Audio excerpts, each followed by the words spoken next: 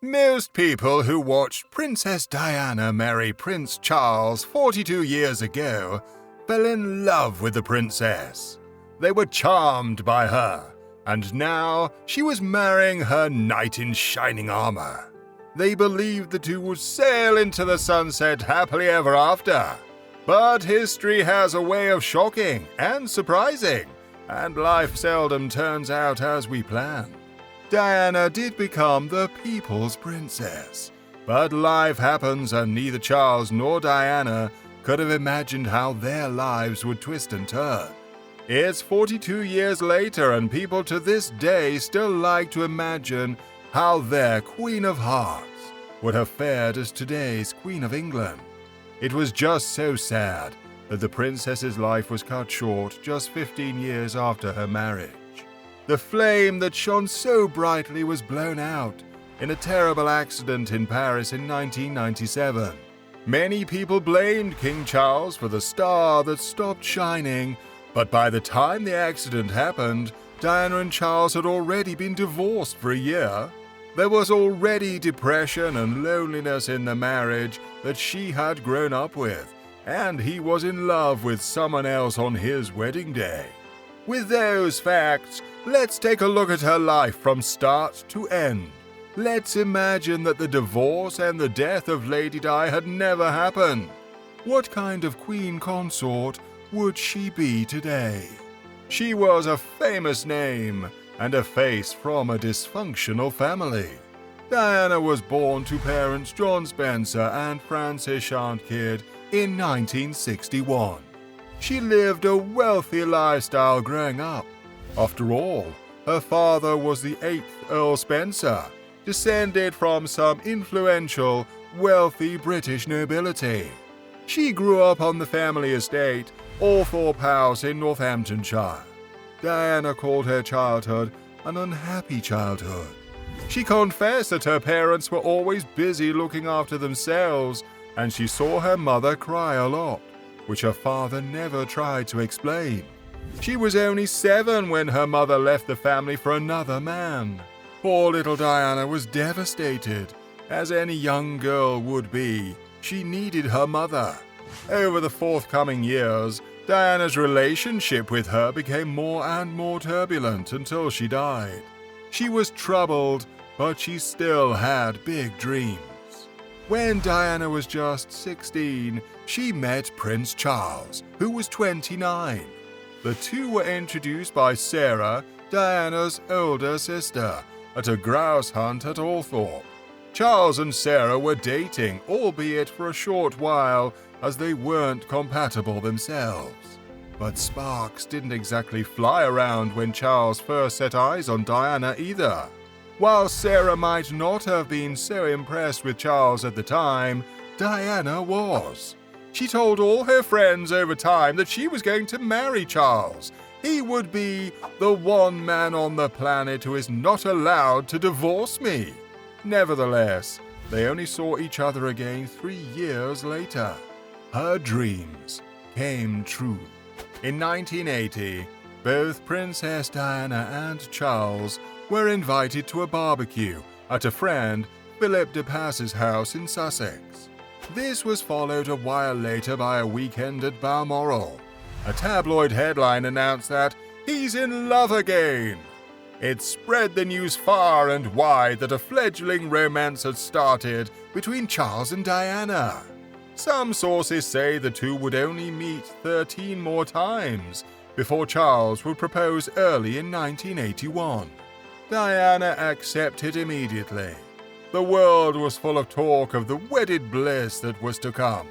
Marriage to Charles didn't solve her problems, nor capture his heart. Unfortunately, the things that tormented Diana as a child and a teen didn't fix themselves or melt away in the midst of the marriage. Things just got worse and worse. Diana had to finally acknowledge and realize that Camilla was a real and permanent part of Charles's life. With a 13-year age gap between Charles and Diana, the young Diana didn't know how to cope with the fact that she had married someone who loved someone else. She fell into a spiral of self-destruction that would turn into a feud between her and Charles. 5 months into the marriage, it was all but over. It was a fairy tale wedding at St. Paul's Cathedral. Over 750 million people watching around the world gasped in awe and wonder. Diana had high hopes for the marriage too. Naturally, for the sake of their beloved boys, they tried to make it work out. But as their unhappiness grew, Charles sought solace with his ex-girlfriend, Camilla Parker Bowles, and Diana turned to Army Captain James Hewitt. Her 2 true loves in her life were her 2 boys, conceived by her and Charles, William and Harry. It would be devastating for the 2 boys to witness, in the end, their parents' divorce, and later on their beloved mother's death at only 32. At the time of her death, Diana was trying to get her life back on track. She was dating and engaged to Dodi Al-Fayed, the son to then Harrods owner Muhammad Al-Fayed. She and Charles were on friendlier terms again, co-parenting their 2 boys. She believed that things would improve from there on out. Grief is a strange process that everyone handles differently. Today, Charles has married Camilla, the love of his life. Queen Elizabeth II passed away in September 2022, making Charles instantly the King of the United Kingdom of Great Britain and Northern Ireland. Had life panned out differently for Charles and Diana, we might have been looking out for another scenario altogether. It might have been Diana standing alongside King Charles at his coronation. But people always say that the best way to judge a person's future is to look at their past. Diana was said to have been a diva. She needed to be the center of attention. She wanted to be the Queen of Hearts. She adored the love and attention, and she wanted the media and her fans to love her. And they did. In her short life with Charles, Diana got used to being the shining star. People wanted to shake hands with her and talk to her like a friend. They wanted to take photographs of her. She got used to that adoration. She started to revel in the world's love for her and probably thought that it could give her a lot of power. But being Her Royal Highness, if we are imagining that she would have still been with Charles, Diana might not have wanted to be under Charles's rule. She might not have stood being second fiddle. She had a frail and fragile relationship with the rules all through her life. Would she want to follow them now? If she had ever wanted to be the Queen of Hearts when very young, she would have wanted it to stay just like that, always. If Charles and Diana had stayed married and Diana was never in that accident, what would her title be today?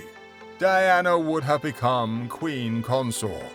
Apparently, there are rules that state that the wife of King Charles does not receive the title of Queen, but rather Queen Consort. Because thousands adored Diana, they might have just referred to her as Queen Diana in any case.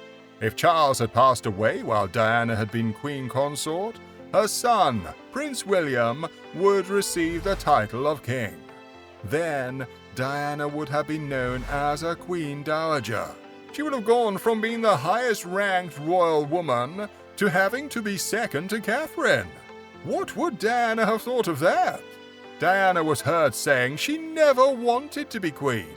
She adored her public admirers and seemed not to care too much about royal titles.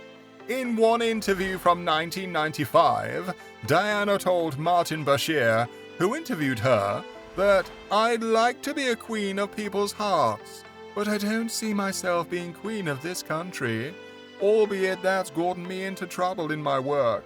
Someone's got to go out there and love people."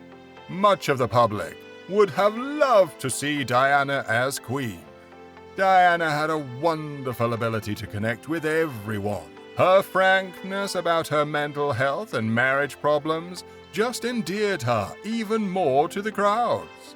No doubt there would be many that would have just welcomed her with open arms as their queen. A Singaporean artist hopes to bring joy to the world with his paintings of Diana. Ying hopes and believes that his paintings reveal how people would have imagined Diana to be today. He has tried to capture how life might have been for her and the British royal family if she was still alive.